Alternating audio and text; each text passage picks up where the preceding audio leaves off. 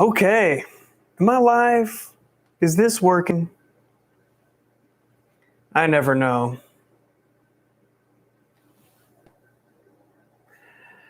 I'm Chronix from the most extreme wrestling, and this is your AEW Dynamite review for October 28th, 2020. Tonight we got Orange Cassidy getting his second shot at the TNT Championship, and the Inner Circle will be doing their town hall meeting, whatever that means. And we do have some fans in costumes.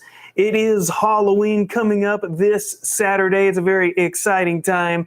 And AEW is going head to head with NXT and their Halloween Havoc, which I did see that they had the big giant inflatable pumpkin, which, man, I am excited for that. I'm glad that they brought that back into the fold. That's fantastic. But we're not going to be talking about that. We're going to be talking about some AEW Dynamite. So let's get it. First off, we start off with MJF. And he's got Wardlow with him. That is his boy, his protection. A little bit of a promo for the world title match that's going to be happening, or the world title tournament that's going to be continuing with Wardlow. And Sammy Guevara shows up and interrupts. So, hey, maybe some of my predictions were right. Sammy Guevara getting a little bit upset, a little bit jealous at Wardlow here. And MJF tries to intimidate Sammy Guevara, but Sammy Guevara stands up for himself. You know, we should all stand up for ourselves here in our life, here on this earth. And he does, which is surprising. You know, I would have thought that MJF would have just swatted him down, but that was not the case. So I expect to see some more in between these guys. What's up, Super Serpents? I see you in the chat. All right. Now we're going to start off with this world title tournament. Right here, right now, it's Wardlow taking on Adam Page.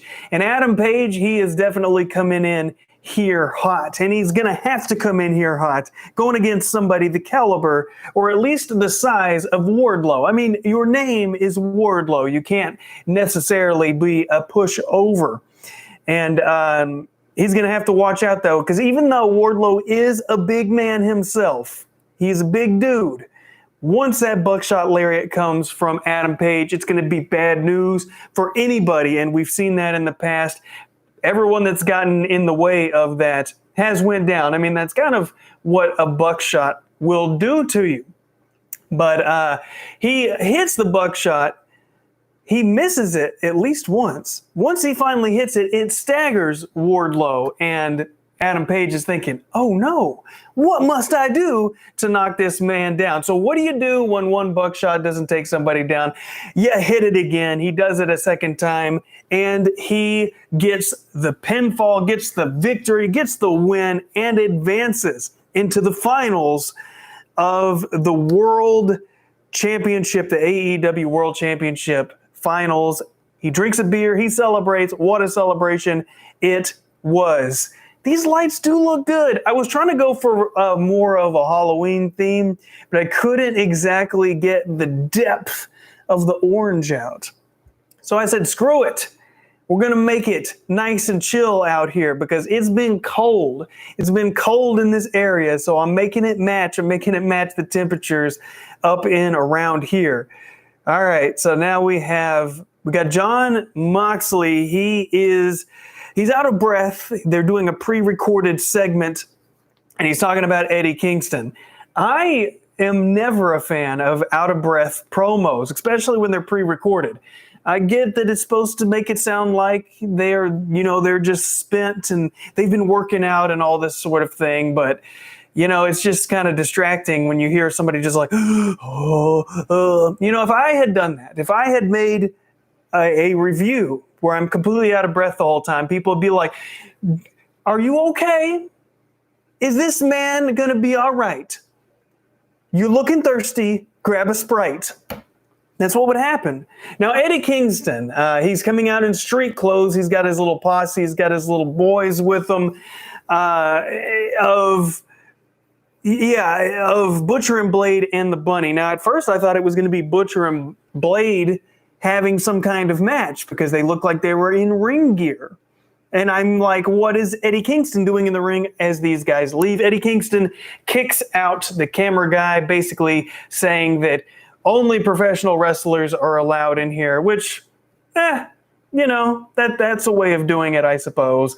Eddie Kingston, he takes off his little jersey or whatever he had on, and he's actually going to be having a match against the Joker, Matt Sydal. Now, we did see Matt Sydal make his debut in AEW by surprise debuting, coming out, getting on the top turnbuckle, and immediately falling off of that top turnbuckle in a spectacle of a botch, as it were. But now he's got a one-on-one match right here, and Matt Sydal using some classic grappling. I mean, he's been in the wrestling game for quite a while, not as long as Eddie Kingston, but once Eddie Kingston starts getting in some stiff shots, he starts dishing them out in quick succession, heavy-handed.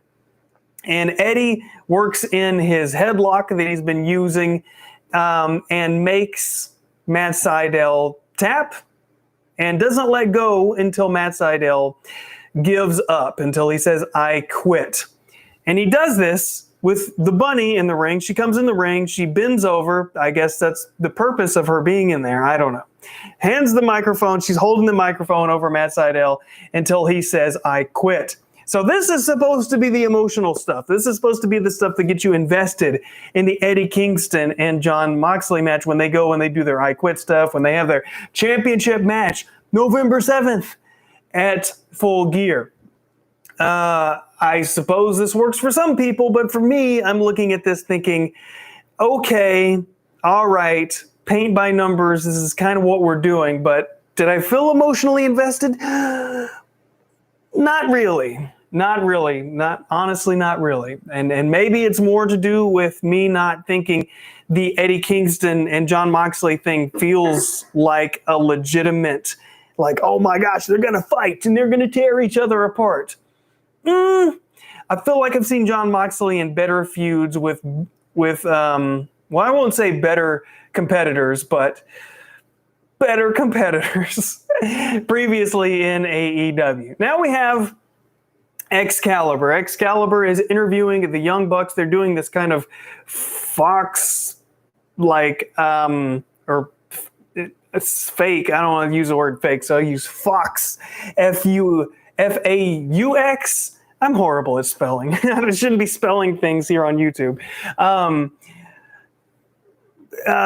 This video kind of interview where you have two guys on two different screens in two different locations. You have FTR on one, and you have FTR on one, and you have the Young Bucks being interviewed by Excalibur.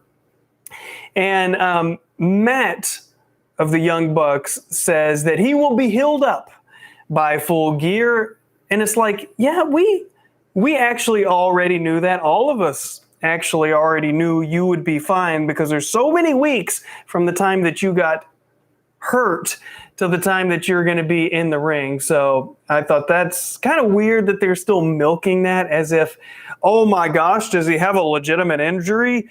He attacked his leg, and 3 weeks from now, will he be able to make it? Will he be able to survive? Come on, man. Come on. This is a little bit silly, don't you think? I thought so, very much so. FTR with Tully says that the match is going to be big.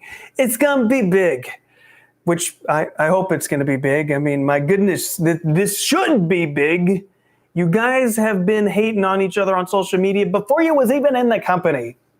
The Young Bucks say that they are not proud of what they've been doing, but they needed to get their edge back. And they claim that the Bucks, that FTR, they allowed FTR to get into the head of the Young Bucks. And I'm like, what? So you super kicked Tony Schiavone because you let FTR get in your head?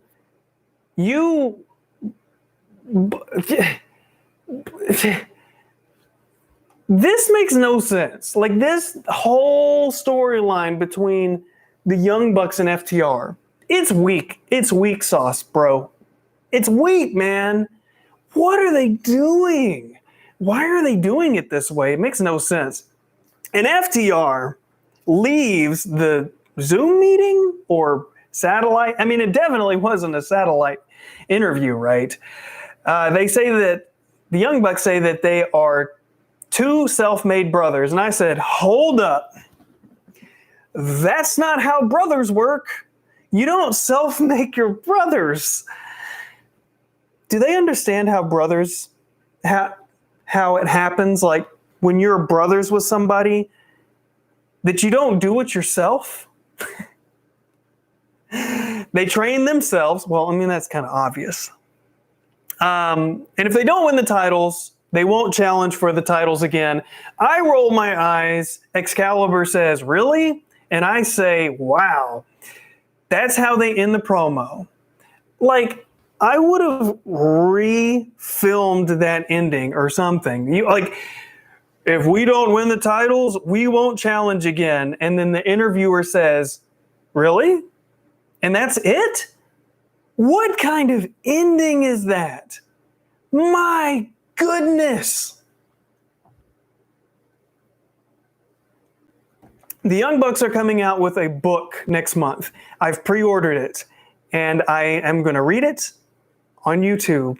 I'm going to review it. I'm going to make a whole series about it. I'll have more details about this later. But I have to read this because some of the things that they do are just baffling to my brain. And next up, we have Tony and Dasha introducing Chris Jericho for the town hall meeting on whether MJF will join the Inner Circle. So let's talk about baffling to my brain. At what point did people in AEW think, you know what? You know what people want to see? A town hall. We had a town hall here in America, last week, a few weeks? I don't know, time runs together. How about we recreate that on wrestling? No one was asking for that. Well, maybe Jericho was, because it happened. So what they're going to do is they're going to have wrestlers ask questions to Chris Jericho and to MJF, I suppose, on why he should join, if he'll join, whatever the case is. So first off, we have a dinosaur. We have Luchasaurus ask the question, how can you ensure the economic growth of the Inner Circle? Okay. MJF already has a graph ready to go. I mean, instantaneously, like a half a second, the man's already got a graph. And I realized, it was just a line going straight up saying everything's going to be great. Everything's going to be fantastic if we do this right. But how do you already have a graph? I mean, even if I was going to make a graph on like Sheets or something, on Google Sheets, I mean, it would take me a few seconds. It'd take me a few, not many, but more than it took him to pull up. So preposterous. I call shenanigans on how quickly the man was able to pull up the graph. Okay, anyway, so we got Britt Baker with Reba, and Reba says, Jericho, you got such a great smile, and she's got these little glasses on. It was a play on an actual thing that happened at the real town hall, where this old lady was like, your smile is just so great. I just love your smile. Oh. Which, I guess if you saw it and thought it was funny, then you would think that this was funny. It just, you're playing to such a small audience is what I'm saying. But anyways, Britt Baker, she asked a question about MJF's bad track record. And, okay. Peter Avalon, you never really see him, the librarian, on AEW Dynamite that much. And there's a good reason for it. He asked the question, can I join the Inner Circle? And which everyone laughs and he gets denied. No, you can't. No, you can't have matches on AEW Dynamite. We don't want to see you. Now, Eric B. from Wyoming has a question, a three-pronged question. I said, Eric B. from Wyoming? I know who that is. Oh, it's old Eric Bischoff from WCW and later the GM of Raw. Well, he said in January of 1961, I don't remember, I wasn't alive, but yeah, it wasn't MJF that said this. It was JFK who said, what can you do for your country? What is the saying? Ask not what you can do for what your country can do for you, but what you can do for your country, right? Basically asking the same thing. And Jericho pipes in and says, look, gonna have to, or wait, actually, his response is, MJF's response is friendship, whatever. Jericho whines about this, and Tony pipes in, Tony Schiavone, and says, shut up, which I guess is a play on the debate. I mean, some of these jokes is like, they're going to go over the head of most people watching. And I watched the debate, and that joke went over my head until I just read it. My goodness, why do they do the thing? Why are you the way that you are? This is Jericho. Why? I gotta clean my hands after this. This is just making me feel like I'm gonna get some kind of sickness from this. This is just bad. This is not funny. This is not good. And I don't like it. Okay. Now Jericho says you're gonna have to beat him. MJF, you're going to have to beat Jericho to join the Inner Circle. And then I believe it was one of Proud and Powerful were like, hey, man, we're going to have a tag team match, which Jericho's like, or the commentators were like, oh, well, we're going to have Jericho and MJF, I think at Full Gear. And then that'll decide if they're going to let MJF join. And I'm like, wait, so is it going to be a tag match or is it going to be a singles match? Because I just got contradictory information. So even the Inner Circle cannot decide. Sammy Guevara, of course, is still upset. He's part of the Inner Circle. Jake Hager wasn't there for some reason or another. I don't know. Who knows? This was a mess. If this is what they consider to be funny comedy, great comedy, then no, I hate to break it to you. It's just not. Now we have a video package on Team Taz wanting Will Hobbs to join. And why wouldn't they want Will Hobbs to join? That dude looks impressive. He's been doing some good things. Now to Orange Cassidy with Best Friends taking on Cody for the TNT Championship. The last time we saw them for the title, it went to the limit. They ran out of time. They went the whole distance. Well, they're going to do it again, and it's going to be in a lumberjack match, which means a bunch of random wrestlers will be on the outside, and the idea is they'll throw them back inside to continue the match. Why did they do this? Why not? You got a bunch of wrestlers there. I guess they've all tested clear. Oh, who knows? Just put them out there. Let's just do something different. Why not? Orange comes in with the headlock. He's taken down headlock takedown multiple times to Cody. I don't know why Cody's having such a hard time with Orange Cassidy, but let's be real. Orange Cassidy, he's slippery. He fools you. He gets inside your head. You think he's just going to be completely lazy, and then he comes in there with the wrestling moves, the smooth moves, taking you down to the ground.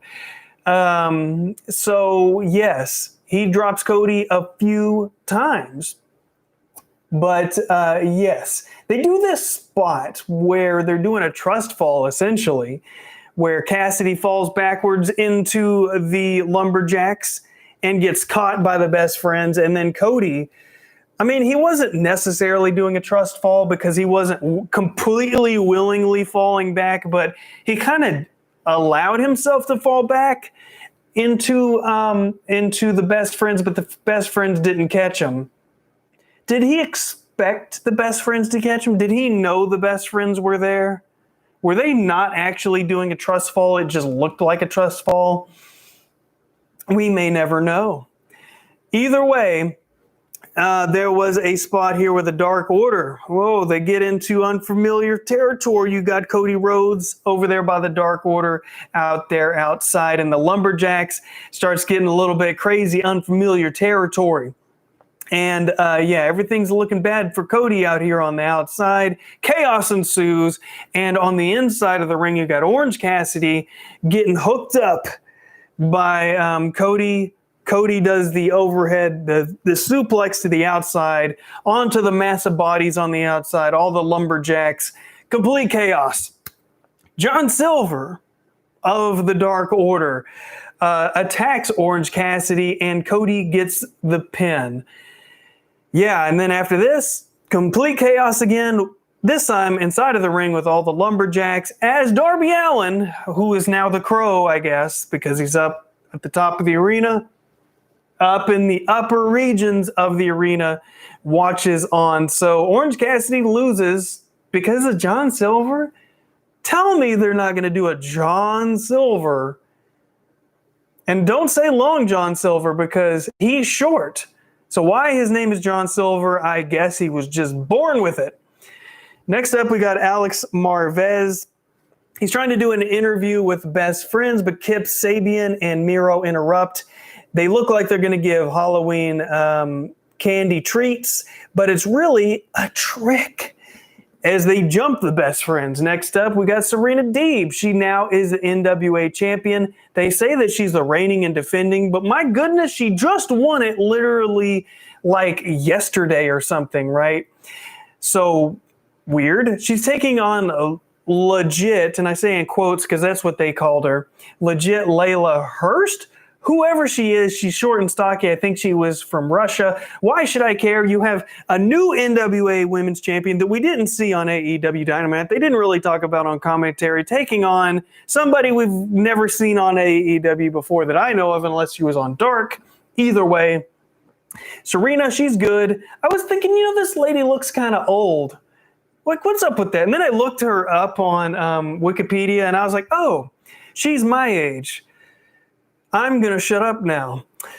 Yeah, so Serena does two variants of a neck breaker, ends up getting a submission. I think it was a Texas Cloverleaf. Serena Deeb wins via submission. They interview Sheeta, who is the AEW Women's Champion. In case you forgot, because they haven't really done much with the AEW Women's Championship, more with the NWA Women's Champion, which isn't even their company. Goodness. Alex Marvez is going over the fact that, they haven't had a match with Nyla, even though seemingly they've had a feud, if you can call it that, for months. Sheeta says November 7th, Full Gear, so it's going to be Sheeta and Nyla Rose. Finally, I hope AEW does something with their own women's division, because have they? No, not really. It's been an embarrassment. Now it looks like Thunder Rosa is possibly going to sign with WWE. I don't blame her. Why would she sign with AEW in the way they book things with the women's division, the way they handle things? Sure, they have good matches from time to time, but tooth and nail match? Come on now. Shawn Spears takes on VSK. One move, Death Valley Driver from Shawn Spears wins this one. And then we see a guy with a bull mask on the outside. He attacks, full steam ahead, bullseye, whatever, dude. He attacks, takes off his bull head, and it's Scorpio Sky. Do you remember that these guys are in a rivalry? I forget every single time they bring it up. Now it's time for the main event. Let's do this. It is Kenny Omega taking on Penta El Zero Miedo, right? This is a world title tournament match. And if you're thinking, Penta El Zero, what? Didn't he lose to Rey Fenix last week? Well, He did. So why did the guy who lost the last tournament leg now go to the semifinals here in this match? Well, because Rey Fenix got hurt. So, of course, the guy who lost gets to go to this match. Remember last week how I said it literally doesn't matter who won the match between L0 and Rey Fenix? This proves it. It doesn't matter. Now, I don't want to get ahead of myself on why it doesn't matter. We'll get to that on who wins the match. But Justin Roberts hypes up Kenny Omega like he's the greatest thing to happen to wrestling since squared circles. You get the broom dancers dancing with their brooms on the entrance. Kenny Omega reveals under his shirt that he has the AAA championship. Okay. But in the context of AEW, what does the AAA championship mean? I mean, to wrestling, sure. Okay, well, he fought that guy and he beat him and AAA, whatever. That's another company. If the commentators aren't going to go into any real depth, if you're not going to show a video package, if you're not even going to show a photo, who cares? Only the people who saw it or follow it already know that. But to the casual viewers, you're basically saying, if you don't watch every wrestling company, we don't really care if you know what's happening in front of your face here on the main event. And I think that's a mistake. Now, they've established in the past that if Kenny Omega comes out in an AEW wearing a t-shirt, it means that he doesn't care about his opponent. So once again, why should I even care about this match? Well, I'm going to care about it because I know it's going to be good because these are great competitors right here. Penta literally takes off his glove, and this causes Kenny to figuratively take his gloves off as they start fighting.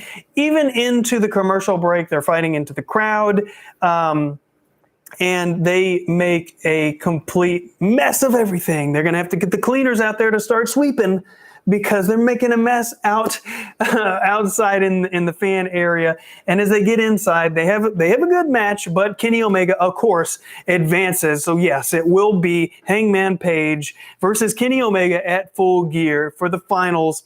Whoever wins that match will get a title opportunity against the AEW champion of Jon Moxley. So I guess you could say it's kind of an obvious thing what they're doing here, but still, you know what? It's good matches consistently, so I can't really hate on it. We all knew this was going to happen. No matter what, if they did a title tournament, however they did it, it was going to come down to Kenny Omega and Hangman Page going head to head. It's going to be, well, I would say it's all out, but it's Full Gear is actually the name of the pay-per-view, is more apt to this.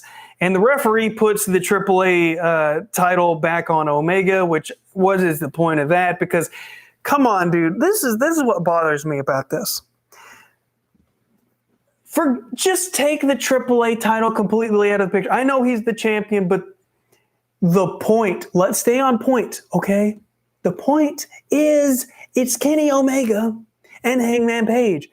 Stop distracting us with other companies' championships. Why do you do this, AEW? I just don't even know. But that's what's going to be happening. Full Gear is going to happen November 7th. I'm going to have to buy that pay-per-view so I can watch it and review it just for you guys. And you know what? Hey, it's a pretty good episode of AEW Dynamite. We still have what we have 1 week. We have 1 week. 1 week. One more week, and that'll be the final episode of Dynamite going in to the full gear pay-per-view. And I will see you guys there.